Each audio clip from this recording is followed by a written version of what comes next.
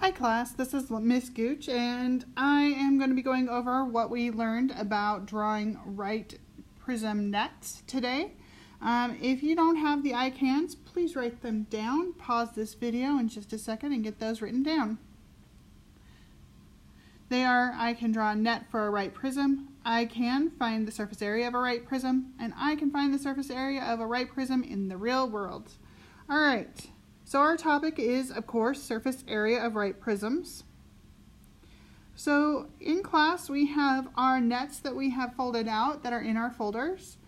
But just remember that to do this we have to find each face of the prism's area, and then we're going to add them all together. So let's do an example of that right now.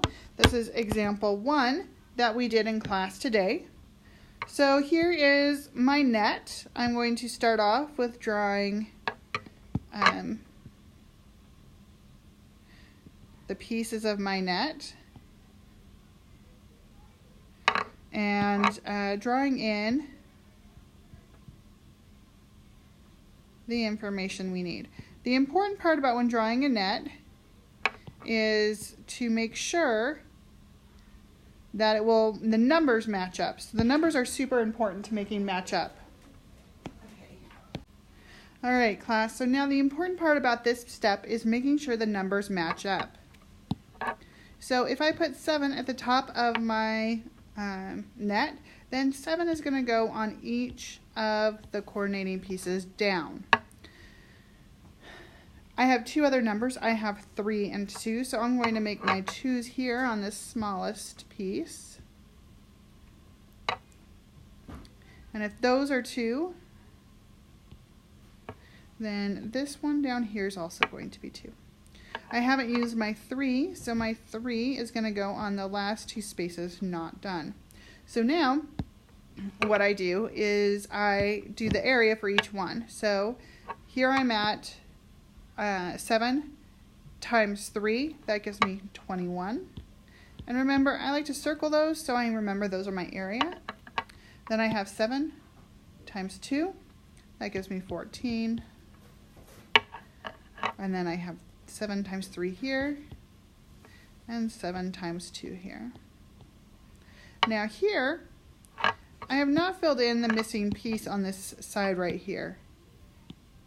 So this side here of this rectangle and then the side on this rectangle are the same measurement as whatever this would be, because when they fold down they should match up. So I look and I say, well, if this is a 3 here, then this needs to be a 3. So if that is 3, then this is also 3. So now I do 2 times 3 and that gives me 6. So then we take all of those numbers and we write them down and add them up. So I went ahead and wrote down each of the circled numbers and added those up. To find the surface area of this 3-dimensional prism, I found that it was 82. And because it is area, my units, which in this case are feet, will be squared. Alright, so let's try another one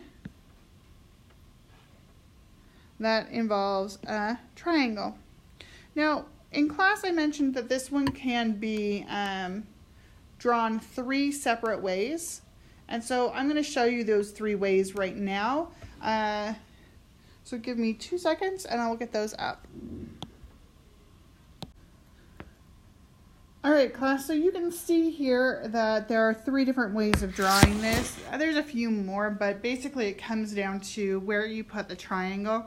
In class, I mentioned that I always like to be working with the right angle being on my rectangles, because that makes doing the math easier. In just a second, I'm going to go through and find the area for each one of these, but I want you to remind yourselves that the area for a triangle equals 1/2 the base times the height. So you guys can solve that. I'm going to go off camera for a second and just do that really quickly. So as you can see, the surface area for each drawing is the same, as the other ones. You can see the correlation between, here's the triangle, it's still 30 in this grouping as it is 30 in this grouping, as it is 30 in this one. So that doesn't change anything. So you can do it either way you want. The biggest mistake I see is here in the triangles, forgetting to take the number and timesing it by a half. Your calculators can do that for you, so just take the second and type it in and make sure you get it done correctly so that you are getting the answers right. So it doesn't matter which one I'm working on. That's the addition part of the surface area. So the surface area for this triangular prism is 150. So I'm going to come down here and I'm going to go surface area equals 150. And then my units are meters squared. All right, class, just so you remember, your homework is going to be on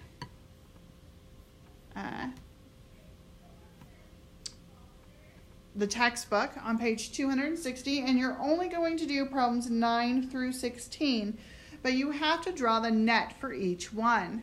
I hope you have a great night, guys. Bye.